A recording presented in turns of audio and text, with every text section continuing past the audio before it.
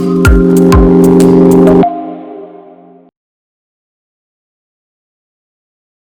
well, hello and welcome to today's CRF webinar on the topic of strategies for downsizing with compassion and care.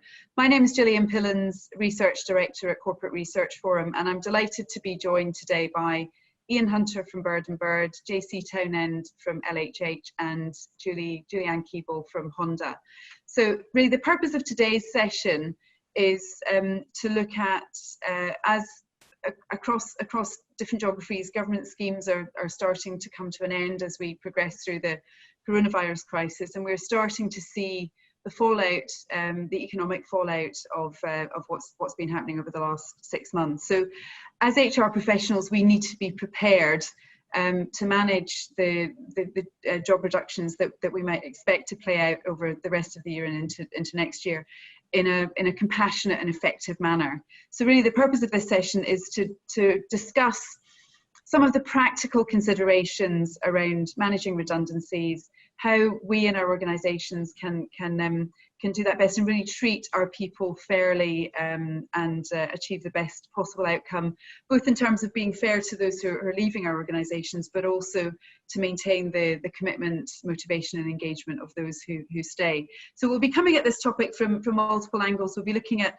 practical case study from Honda and also looking at some of the risks associated with getting this wrong. So I'm sure you're all familiar with Zoom these days. We want to, for those of you who haven't been on a CRF webinar before, we like to make these as interactive as possible. So do please use the chat, raise your hand if you'd like to make it.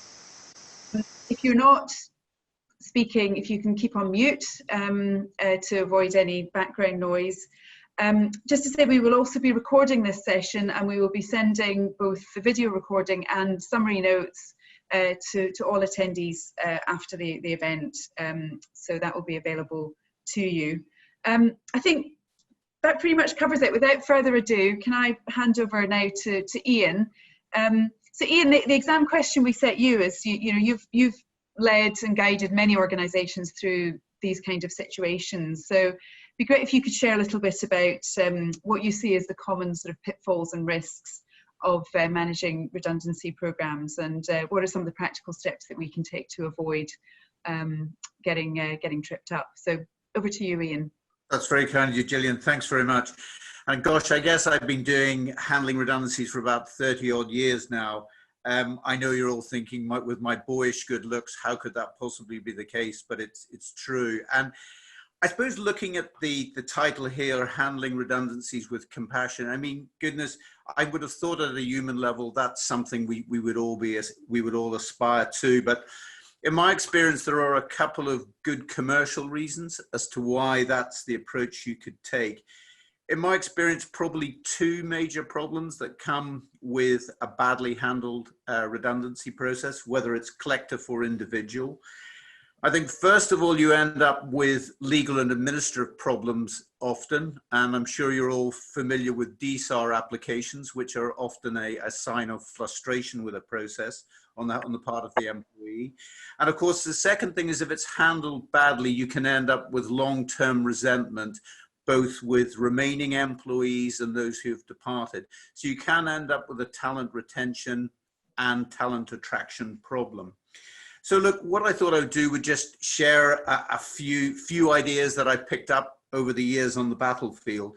And I am very much aware that one-size-fits-all strategy can be quite difficult. I appreciate people are operating in different sectors. Aviation and hospitality is obviously having a much more difficult economic time than potentially people in the telecoms or in the life science sector.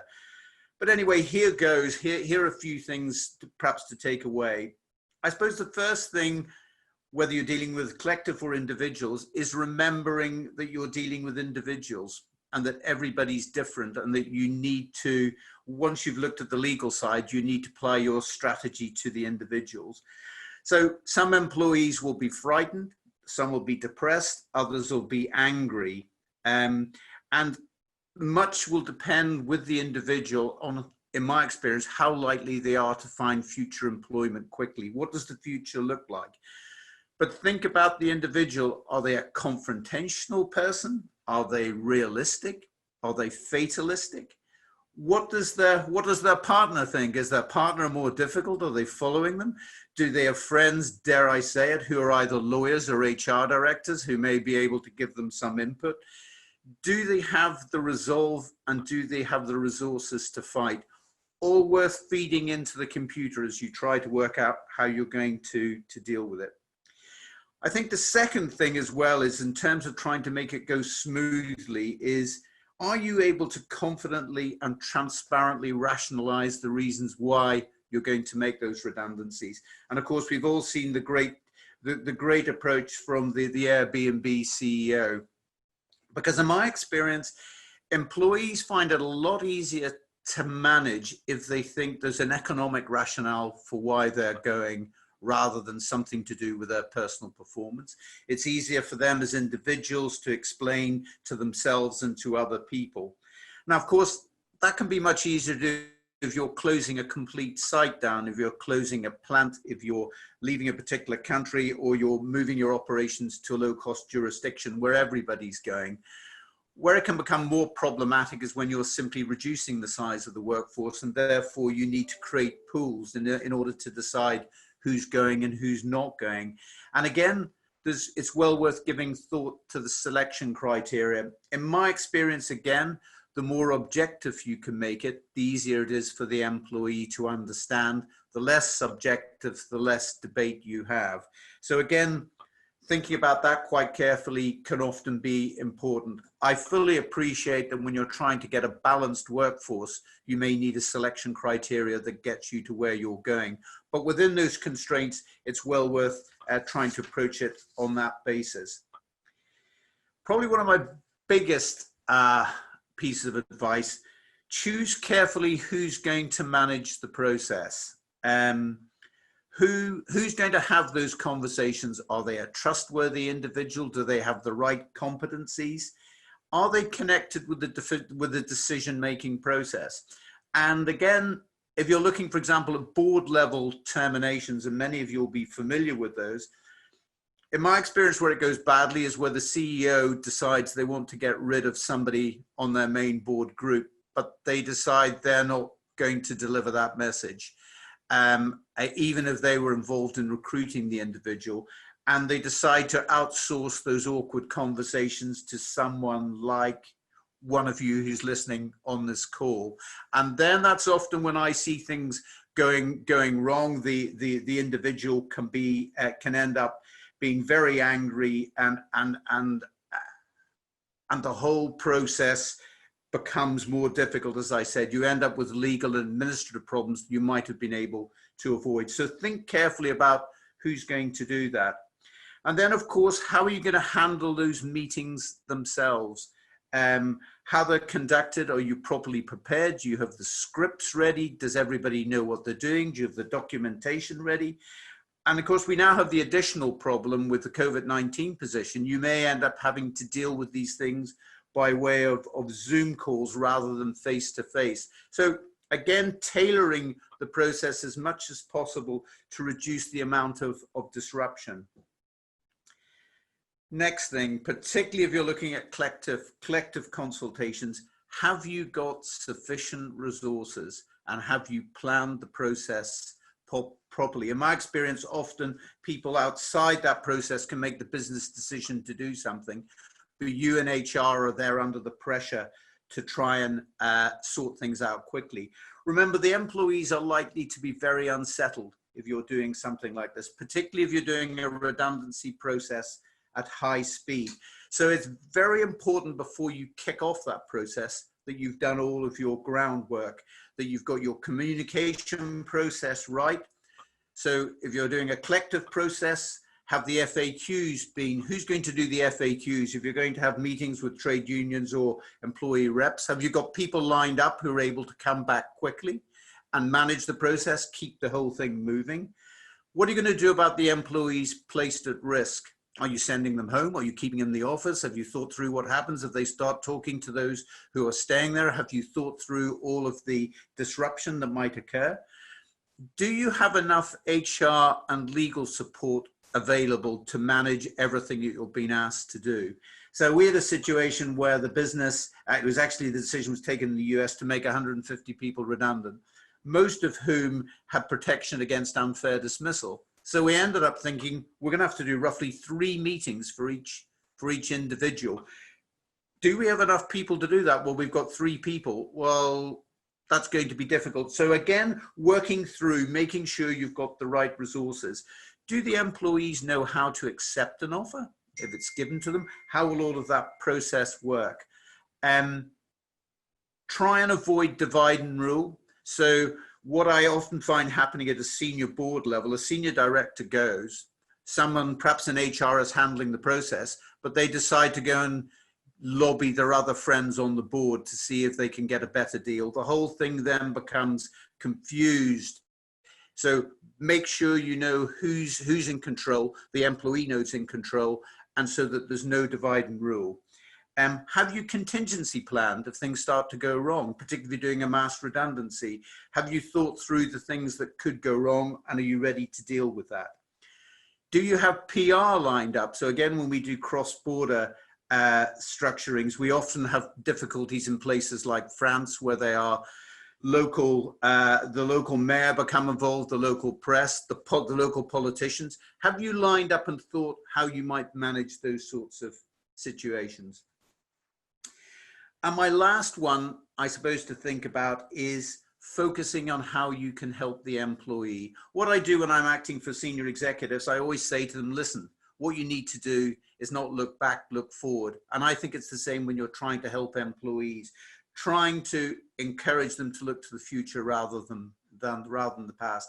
Now, look, everybody's going to have different financial resources available. Some sectors are hit harder than others.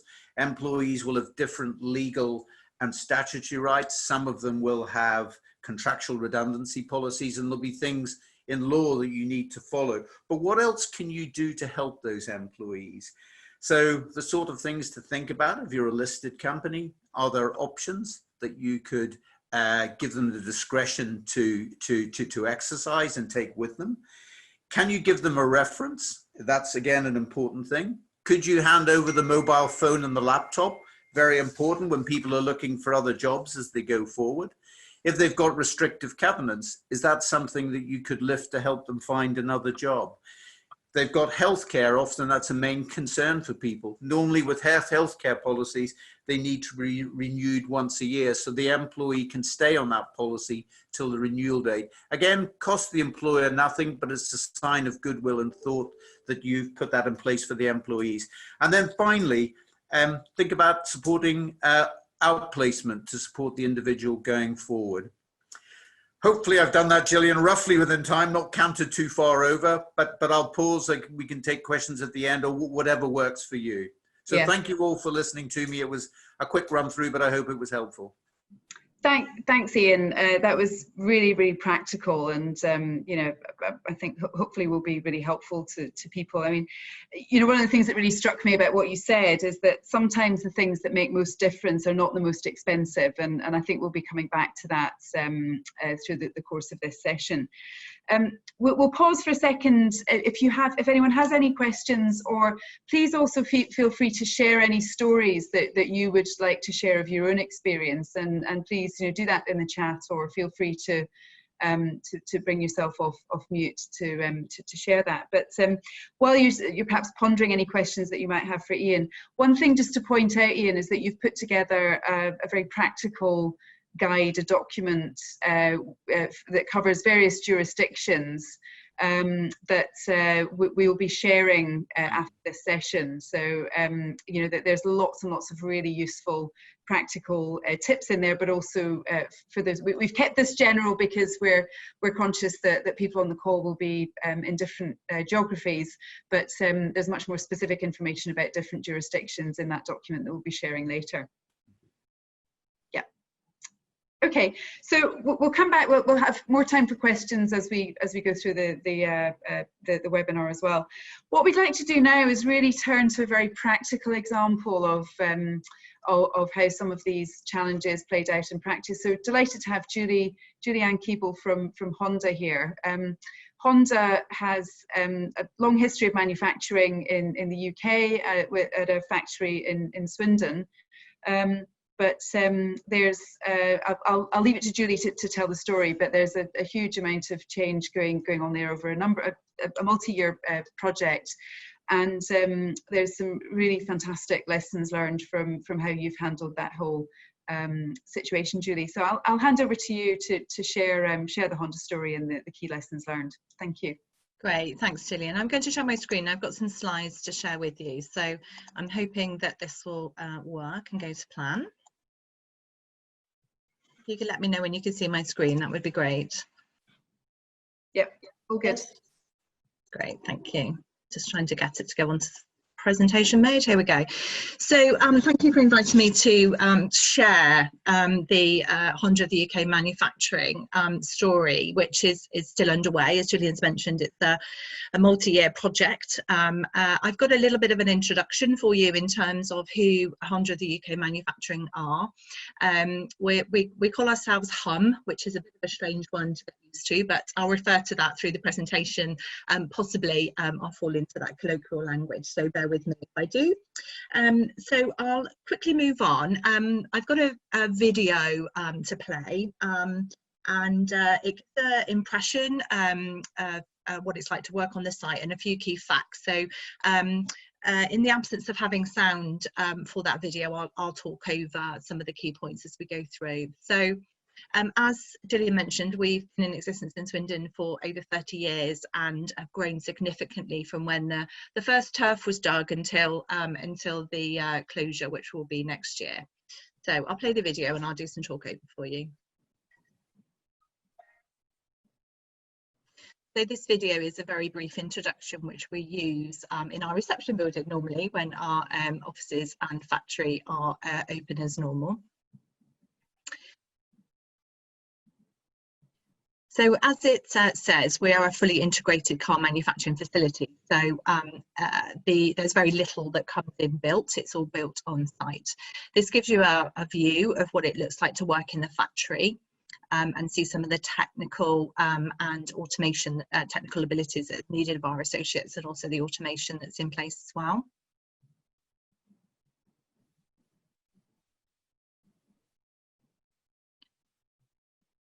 So essentially this shows our site, which is actually an ex-airfield, and the first plant to set up was engine, followed by car plant 1 and car plant 2, which sadly was decommissioned in the last financial crisis.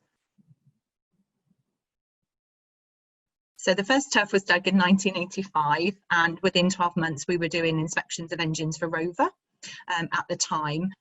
But very quickly after that, we moved into making our own engines because there was capacity on site to do that.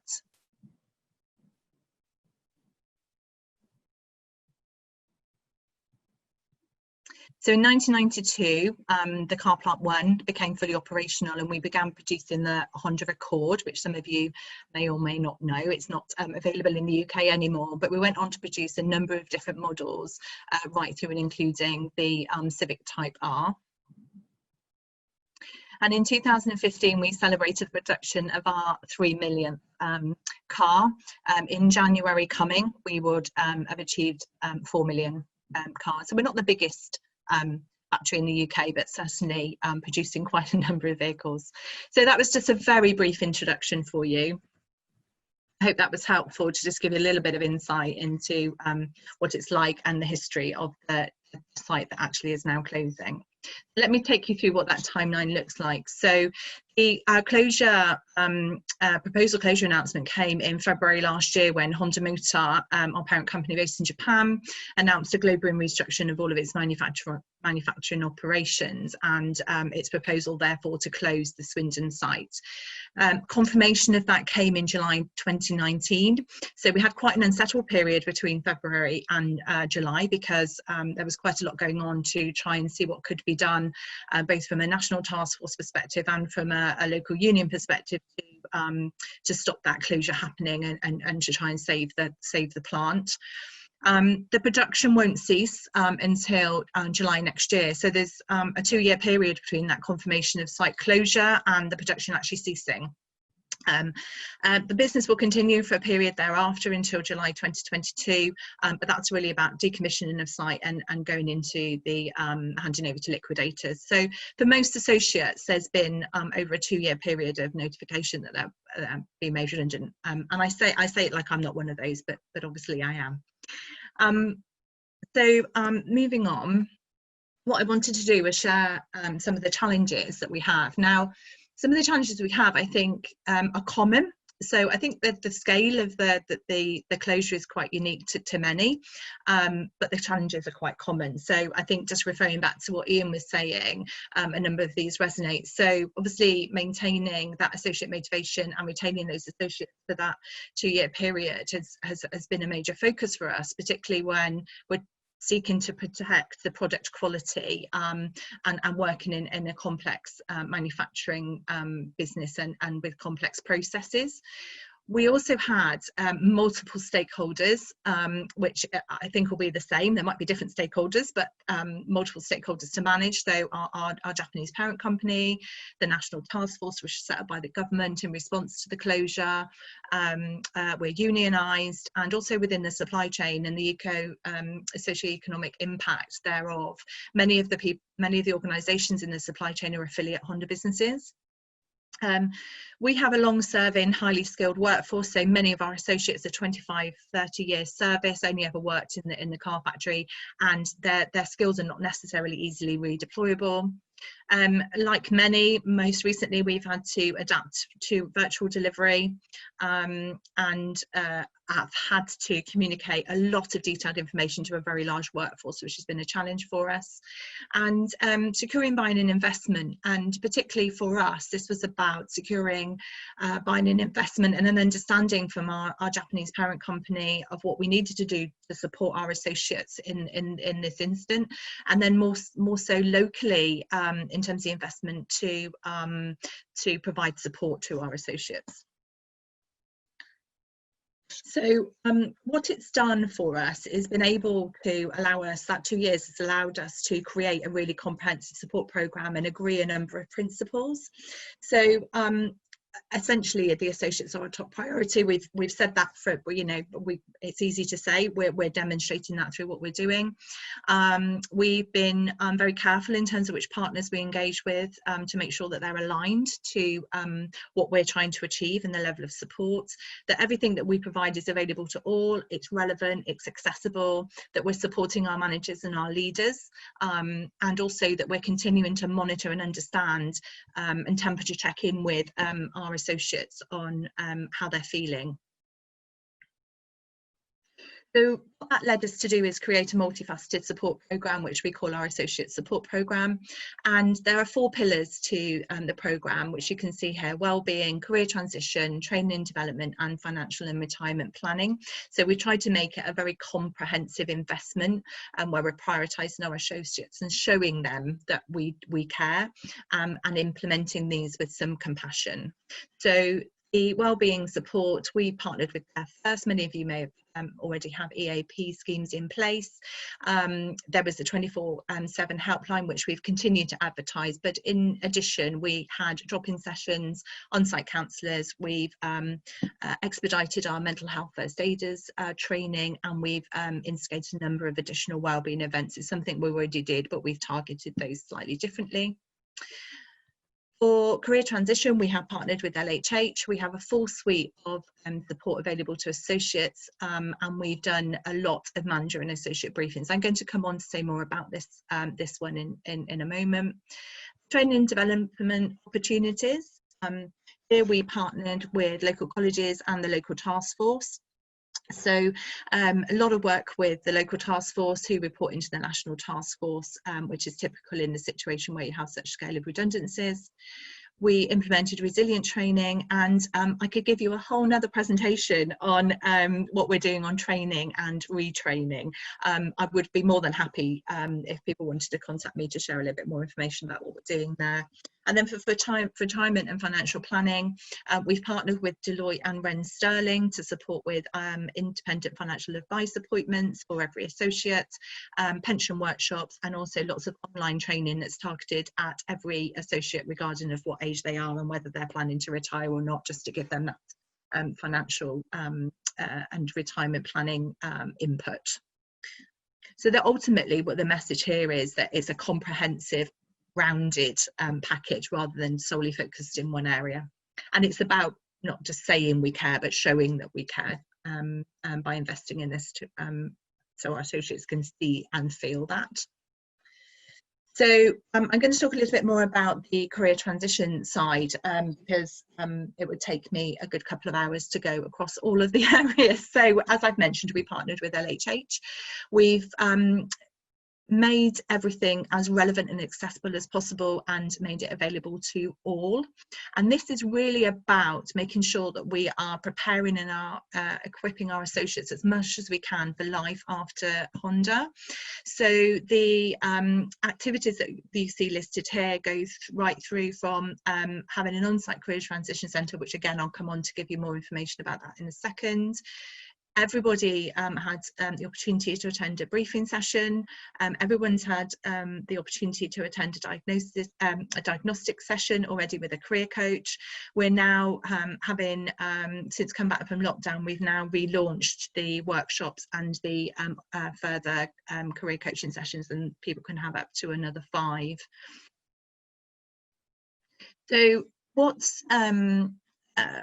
we're doing essentially is trying to take our associates to market. So rather than giving them this information and allowing them to have that access and allowing them to have that support, what we're also trying to do is take them to market by being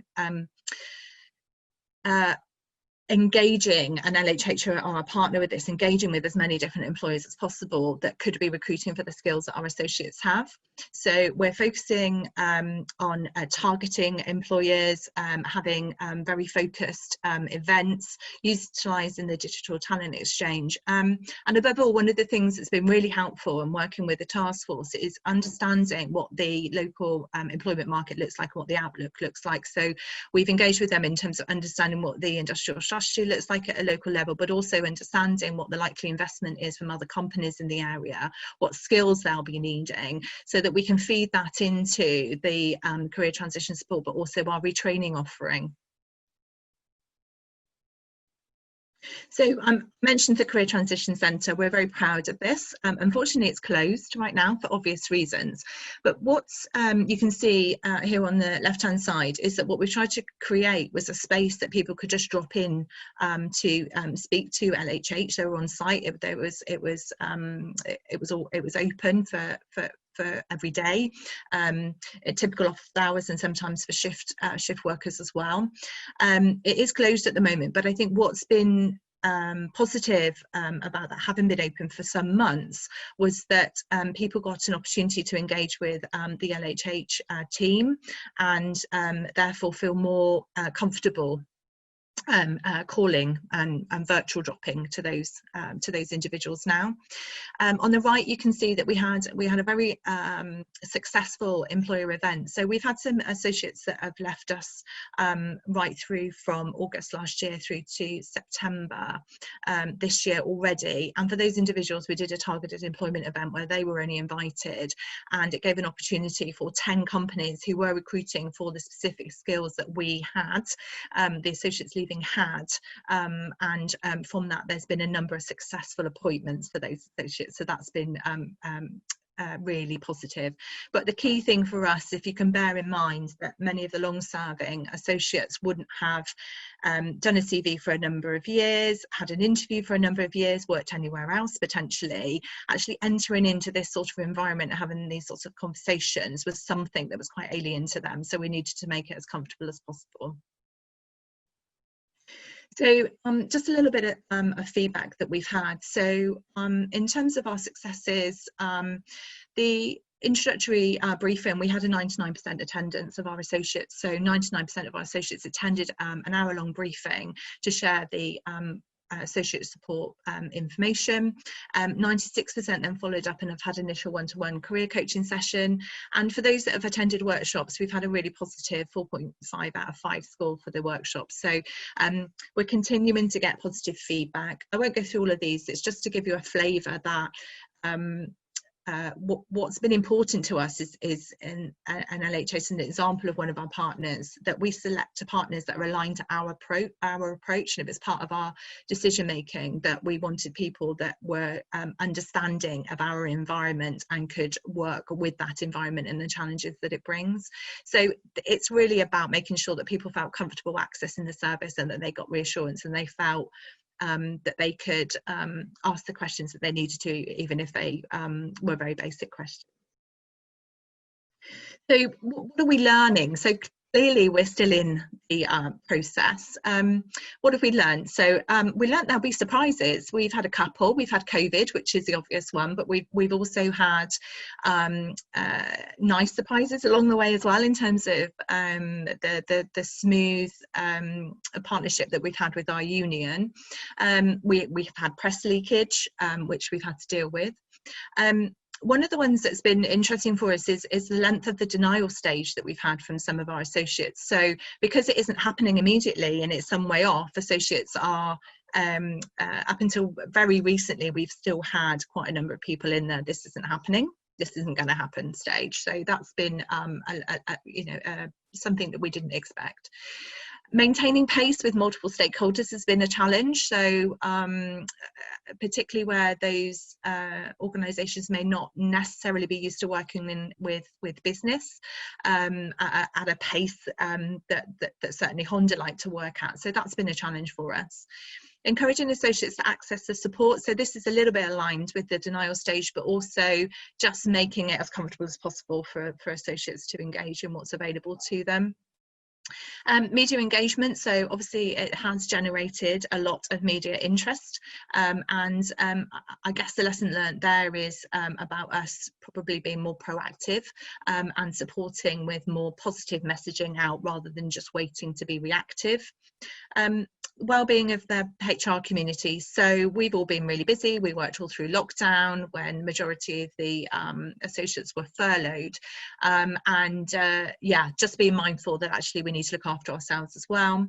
And then the final one, leadership visibility, it's a challenge for us in our working environment for that, and also given the COVID situation, that doesn't help. But even if you think your leadership visibility is very good, I'd encourage you to think about increasing that as much as possible when redundancies are, or even consultation is underway. It's been an interesting one for us to work through, and we recognise there's going to be more to come. So as my final information just to share with you, I just wanted to kind of start to give start to show what we're seeing as some of the positives. So we still have a really constructive union partnership with our local conveners. That's continued throughout all of this. Our absence rate remains low. We're still getting excellent quality results. So for many months we have been #1 globally for our quality results of our product. So we've achieved that all but 1 month in the last 12 months, and we came second on that month. We're slightly gutted we didn't make all 12 months of that one. Associate retention remains stable, it's very low, and our associate engagement levels remain good. We did a temperature check pulse survey in February 2020, and we're planning to do another one in November. And here's just a couple of highlights. So the first one, 7 out of 10 of our associates said that they can feel motivated to do the best job they can from now until closure. Wellbeing, 77% have given that they feel that the business cares about their well-being, and 79% feel proud to work for the business even though it is closing. So whilst I'm sure everybody can recognise, and some of these things will resonate with you, I'm really quite happy to take some questions or provide any further clarification. Thank you. Thanks, Julie. That's a great story. So thank you very much for sharing that. I guess one follow-up question. your situation is quite unique in that there's a very long lead time between announcing the closure and this actually happening, and not only that, but you had to maintain production quality standards, and obviously you've managed to achieve that. You know, the results kind of speak for themselves. How did you do that? What sort of things did you put in place to maintain the engagement of critical employees that you couldn't afford to lose if you were going to continue you know, production at the levels that you were? Yeah, I think the level of commitment and motivation of the associates at HUM has always been very positive and very high. People are very committed and very proud to work for the organisation, and there's an element of, we're not going to let that, you know, so it's driven from the associate population. They're not going to let that drop into closure. They feel very proud and they want to continue with that.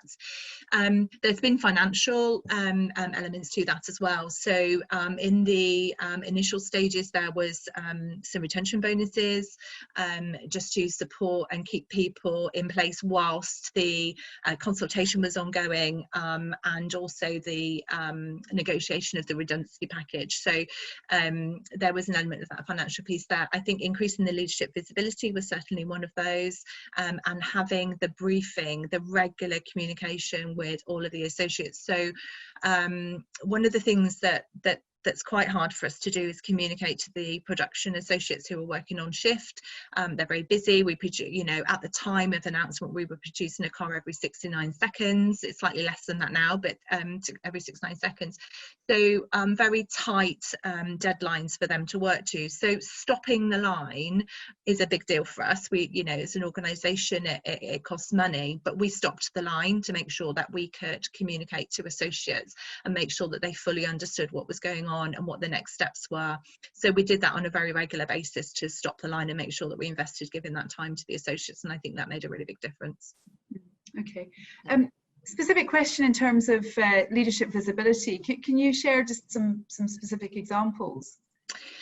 Yeah, so interestingly, in the lead up to the announcement, obviously many of the leadership team were aware of the proposal from Japan, and that resulted in a drop in leadership visibility. And in one of our normal annual surveys, that was picked up. And the actions that we took was a very simple one of walking the floor. So just making sure that people weren't in meetings all the time, locked in offices, were visible on the floor. We also had increased the communication directly from the MD. So in some organisations, these are called town halls. In our Japanese world, they're called gemba meetings. So so those town hall meetings were happening more regularly. There were videos regularly posted. And again, we stopped the line to do that to make sure everybody had the opportunity. We increased other communication channels as well. So we introduced more direct video contact in some of our screens that we have around site. We opened up some sessions around come and talk to us sessions, and people could drop in if they wanted to. So a number of different things, but the key one was just that visibility on the production floor. Okay, thank you. And just one final question. If we've got time at the end, we'll come back to any more that come up. But lots of interest about to find out a bit more specific about the resilience training that you offer associates. So can you share just a bit more detail around that? Yeah, so we introduced, we were planning to do this anyway, but we expedited it a little bit, like we did with the mental health first aid training. So we've given a number of options. So at the time we had a classroom resilience course that people could attend. We've now made that online, and we're adding to that continually, particularly given lockdown, around the wellbeing agenda, and we're looking to revisit that actually in terms of what else we can do to support that. But essentially it's a self-learning at the moment that people can access because of the COVID situation, and our mental health first aid trainers have been all given that training as well, so they can then offer that support on. Managers, there was a specific manager program as well. Okay. That's great. Thank you, Julie.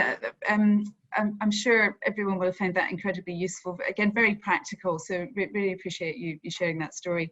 We've sort of zoomed into a particular case study. We're going to zoom back out again and talk a bit more generally about the characteristics, the practices that set apart organisations that manage these kind of processes really well. So JC, I'd like to hand over to you just to, perhaps you can share some observations across your clients, across the work that you do around what does good look like in this context. And I guess one question in particular, perhaps to touch on if you can, is, you know, we're all having to do these things virtually at the moment. So, you know, any sort of key insights around, you know, how do you manage this sort of process when you can't bring people into, you know, the sort of facility that Honda has in the factory there? Yeah, thanks, Gillian. And, you know, on the outplacement side, in terms of virtual delivery, that's really easy to do. So Julie gave an example of kind of an on-site career center, but of course, you know, we're working with thousands of companies across the UK and across the globe. And that can be done, you know, virtually. It can be done on our sites when they're open. They can be done in a variety of offices. When Gillian asked me to participate in this seminar this summer, and I think we all started to look at what was likely to happen in terms of redundancies in the UK and what's happening in a scary way globally. We thought, you know, it's a really timely time to really be thinking about what best practice we can share with companies who are going into a restructuring. And some of you may not have done this in the past 10 or 20 years and are now going into it. Some of you may be doing redundancies every year, so you're used to it. So what I've been doing over the last month is I've been asking some of our core clients as I've been meeting with them and said, you know, what advice would you share to this forum in terms of things that you wish you had known or had done better, or things that you think that you're doing really well? And I, you know, committed to share those with you in this meeting. So lots of themes came across. One of the themes that came across very strongly in terms of lessons learned is that if you're looking to do, say, outplacement program or any of the kind of offers that Ian talked about that you can give to people, it's really important that the HR team is aligned with the finance team right at the beginning of the analysis of the process, because those extras, including outplacement, are only a very small fraction generally of the entire severance package. But if it's not part of the financial planning done by the CFO from the very beginning, after the fact, it has to come out of operations expense, and that is nearly impossible. So what one of my clients said, make sure people really understand that if you want to, say, offer outplacement, to get those costs into the financial planning that might often be off balance sheet or treated in a different way in your P&L, and then it's very affordable. If you wait until after, and that hasn't been part of the planning, there won't be money for that at all. So that was one tip. Second tip, and I think this has to do with, it's interesting, I was expecting Ian to give a much more forceful legal read on, you know, here's what's required legally in the communications that you give. And that was an interesting tip that I got from one person who said, one CHRO who said, they wish that they had been more, yes, you have to have those conversations with employees in a very legally structured way to avoid the company getting into trouble. But what they felt like they hadn't done is given enough bandwidth or training to managers delivering messages to be compassionate to the employee as they're delivering the message. And what they said compassion means, it doesn't mean jumping ahead or anticipating what the person is going through. It just meant taking time to ask the question and listen. So no response, but not anticipating, not saying, oh, well, you're close to retirement, so that will be easy for you. Or, oh, I know you have a spouse that works, so this will be easier. Or, I worry that you're in a bad situation and this is going to be harder. Not giving managers tips, not to communicate towards the employee, but giving time to listen. And that came across a lot from our from the people that I talked to, and saying, wishing that they had given managers more instruction on how to just make people feel better at the time, just by listening, not by saying anything. And I thought that was a good one.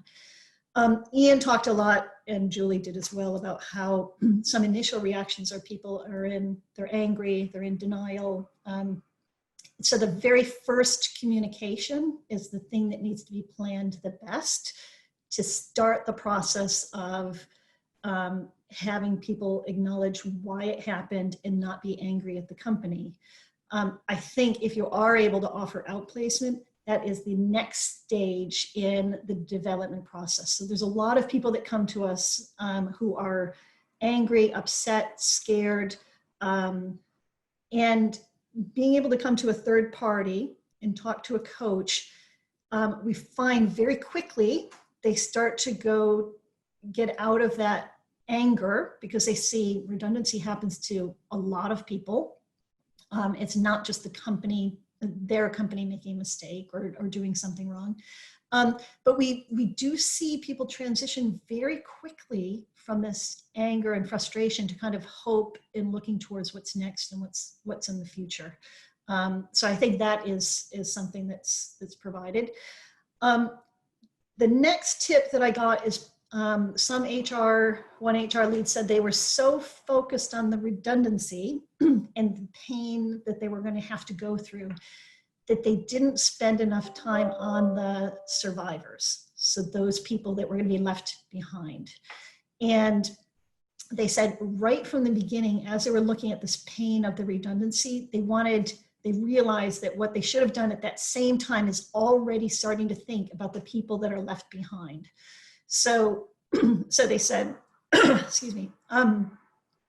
So in terms of how to do that, it's recognizing, we've done some research that shows that those left after a redundancy have a 40% drop in morale and a 20% drop in productivity. And that's right when you need them. You're a leaner organization, you need them to be more productive than ever. And I think it's taking the time to start to sell the new vision to the remaining people so that they are empowered. I do think that's another place that outplacement works, because if people know that their colleagues are being taken care of, if managers who have to deliver the message feel like there's something to help people land on their feet, I think that's that can make a difference. And it sounds like I'm an evangelist for outplacement, and I am. I think when I was an executive for 20 years and had never heard of outplacement, I'm embarrassed to say, and we made redundancies without it. Once I realized how affordable it was, we immediately started doing it, and I became the CEO of this company because I believe in it so much.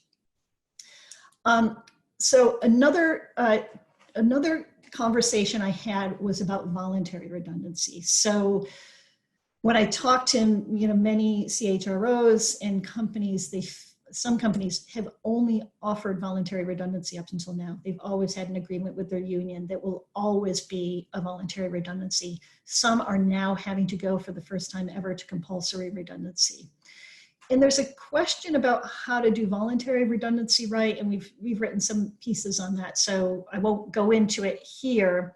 But one company said they wished that they had offered outplacement with voluntary redundancy. So they had this myth that because people chose to leave and they chose the package, that they didn't need anything else. And in one case, a company had a senior employee who had taken the redundancy package, but then 9 months later didn't have a job and was bad-mouthing the company and its brand, even though they had voluntarily chosen to take it.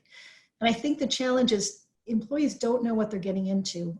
If they haven't searched for a job in 5 years, the job search process has entirely changed, as you guys know. And how you go about landing your next role is going to be a lot more difficult than they thought. Most of the clients that we're talking to now are saying, especially during COVID, they're very worried about the economy, and they're very worried about the job prospects that they're sending people into, and they want to give them the best support they can during this time, which I think is very compassionate. I do, as I get to talk to HR leads and see the internal workings of companies all over the UK, I'm incredibly impressed at how well HR departments manage their employees and are every day working with compassion and intelligence and strategically to create a really good employee experience. And I think it's just delightful to look at. And I think what HR departments are feeling now across the country is a real fear and fatigue and sadness about what is happening now and what they anticipate is going to be happening in the next 6 months. So I think another thing that companies are doing is offering their HR teams resilience sessions, so that, you know, because there's a very strong risk of your HR department becoming very burned out and having, you know, real compassion fatigue problems because of the enormity of what they're dealing with. And a lot of companies for the first time are having to let go really strong, trusted workers who have, you know, might have worked for them for 10 or 20 years. And so it's really, really painful. Well, I have some more tips, but I do want to make sure that we have a chance to get to some questions. And if we get a chance, I'll convey some of those other tips that people gave me along the way. Thanks, JC. That's great. We've got one question around, specifically around outplacement, and at what point does it make sense to raise awareness on this? So the specific question was around, is there a sense in raising awareness before redundancies are actually announced, or, you know, it's obvious that they're happening? I mean, obviously there's a risk there of setting hairs running by starting to talk about outplacement, but, you know, what would your advice be around the right sort of timing of raising awareness? Yeah, I mean, we find most companies prepare a lot in advance and inform managers. They tend to raise awareness population-wide at the time an announcement is made, whether it's made in the press or there's a signal that something's coming, because they don't, you're right, they don't want to, you know, make the employee population afraid before an announcement is made. But if it's made immediately upon the communication of that, I think that makes a big difference to help people feel like the company's going to do whatever they can to support and to signal that. I mean, one company we worked with said, look, their severance package was tremendously generous, but they said, actually, well, the outplacement was just a fraction of the cost. It's the thing that made the biggest difference to the employees and feeling like they were being cared for. So some, you know, people think, you know, companies have endless pockets of money. And so they think, oh, well, you know, you've given us the money, you know, but that didn't mean anything. And I think it has to do with, I think something that Julie said is like, not just saying you care, but showing you care. And I think through the different support services that you offer, whether it's outplacement or the things that Ian mentioned, that's where you have the opportunity to do that. I'll tell you, when you first communicate the outplacement service, people won't know what it means. They won't value it. They won't understand it. It's what we generally find. It's when we come on site and we actually explain to people what they're getting at the time that they know they're being made redundant. That's when they understand the value that it's going to bring. Yeah. Okay. Thanks, JC.